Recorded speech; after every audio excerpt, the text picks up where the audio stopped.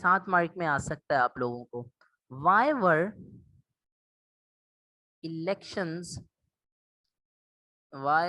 Elections held in India, India के अंदर elections क्यों कराए गए इन 1945 till 46। This can be tested for 7 marks. ठीक है, इंडिया के अंदर इलेक्शंस क्यों कराए गए ये आपने लिखना होगा। सबसे पहले you will write simplistic statement कि ये इलेक्शंस हुए थे।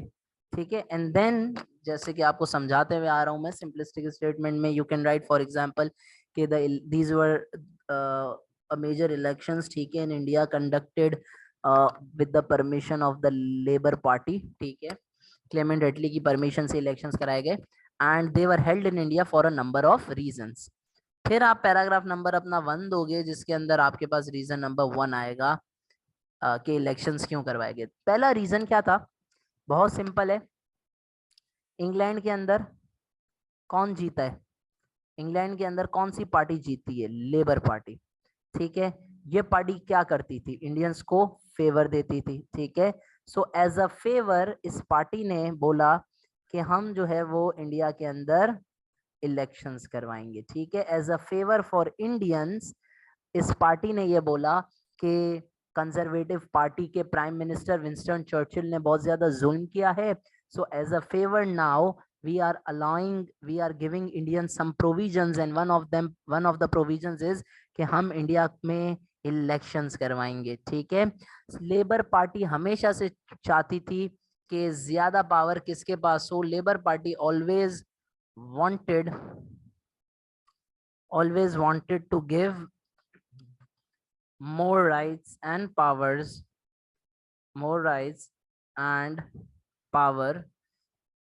to Indians. बात समझ में आ गई? ठीक है, तो this was the first reason. बेटा फर्स्ट रीजन क्या है, फर्स्ट रीजन ये है कि लेबर पार्टी जो थी इंग्लैंड के अंदर वो इलेक्शंस जीत गई थी। क्लेमेंट एटली ने, he was now the new prime minister and he replace Winston Churchill. ठीक है, और लेबर पार्टी जो है वो हमेशा से इंडियंस को ज्यादा से ज्यादा पावर देना चाहती थी, उनको फेवर देना चाहती थी, and therefore they conducted these elections ताकि ज्यादा से ज्यादा पावर किसको मिल सके, इंडियंस के हाथ में रहे। ठीक है, रीजन नंबर 2 क्या है, रीजन नंबर 2 ये है कि बेटा इस वक्त क्या खत्म हुई है, world war 2 has just ended. बेटा इस वक्त क्या खत्म हुई है, world war 2 has just ended. ठीक है, वर्ल्ड वॉर 2 का टाइम पीरियड याद कराओ जरा, 1939 से लेके 1945 तक। ठीक है, world war 2 has just ended. इस वक्त ब्रिटिश बेटा एक्टिव में, मेरी तरह या थके हुए हैं आपकी तरह। ब्रिटिश इस वक्त बिल्कुल एग्जॉस्टेड है। ठीक है, ब्रिटिश वर कंप्लीटली टायर्ड। ठीक है, दे वर एग्जॉस्टेड, वो थक चुके थे। और इस थकावट और ओवर द इयर्स उन्होंने इंडिया को इतना इंडिया के इतने मजे ले लिए थे। ठीक है, इंडिया को इतना एंजॉय कर लिया था कि now they were not interested in ruling India. ठीक है, so the British had lost their interest in India. समझ में आ रही है बात? अब ब्रिटिश ये चाहती थी कि किसी तरीके से इंडियंस जो हैं वो प्रिपेयर हो जाएं। ठीक है, दे वांटेड इंडियंस अपने ब्रिटिश जो है वो ये चाहती थी बेटा कि इंडियंस अब अपनी गवर्नमेंट संभालने के लिए खुद मुख्तार हो जाएं, प्रिपेयर हो जाएं। ठीक है, they wanted Indians to prepare themselves to govern India. ठीक है, इस वजह से उन्होंने क्या करवाए, इस वजह से उन्होंने अपने इलेक्शंस कराए। ठीक हो गई बात? सेकंड रीजन क्या था बेटा, सेकंड रीजन इलेक्शंस कराने का ये था कि वर्ल्ड वॉर 2 अभी जस्ट खत्म हुई है, वर्ल्ड वॉर 2 अभी जस्ट एंड हुई है बेटा। वर्ल्ड वॉर 2 की वजह से ब्रिटिश बहुत ज्यादा थके हुए थे। ब्रिटिश के थकने की वजह से ब्रिटिश ने कहा अब हमें इंडिया के अंदर कोई दिलचस्पी नहीं है, अब हम चाहते हैं कि इंडियंस अपने मैटर्स खुद संभालें, हम निकलने की तैयारी करेंगे।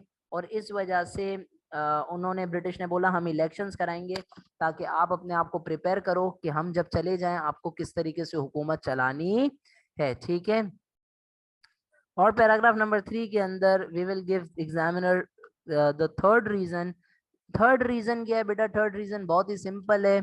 Government of India act 1935, government of India act 1935 आप लोगों को याद हो अगर, गवर्नमेंट, उससे इसका रिलेशन मैं आपको समझा रहा हूँ। गवर्नमेंट ऑफ इंडिया एक्ट 1930, ठीक है, जिसके अंदर ये बोला गया था कि डायर की प्रोविंशियल से ड्रॉप होगी, सेंट्रल पर आएगी, नंबर ऑफ वोटर्स इंक्रीज करके अब 25% कर दिए गए थे, 11 provinces were now created, so on so fourth. ठीक है, जो गवर्नमेंट ऑफ इंडिया एक्ट था उसके अंदर बेटा अगर आप लोगों को याद हो तो एक प्रपोजल था कि India was to become a federation, all India federation. एक प्रपोजल क्या था बेटा गवर्नमेंट ऑफ इंडिया 1935 का, कि India was to become a federation. सही है। अब क्या सीन है? अब ये सीन होता है कि भाई जाहिर सी बात है जब आप फेडरेशन बनाने जा रहे हो, ठीक है, और जब आप पूरा इंडिया का स्ट्रक्चर चेंज करने जाओगे, so you will need to hold the elections. ठीक है, सो देयर वाज बेसिकली, ये डेल्टा का सिंबल है, it means change. There was basically a change in structure, ठीक है, in the government structure which required elections to be held. ठीक है, so therefore it was necessary कि elections India के अंदर कराए जाएं। समझ में आ गई बात?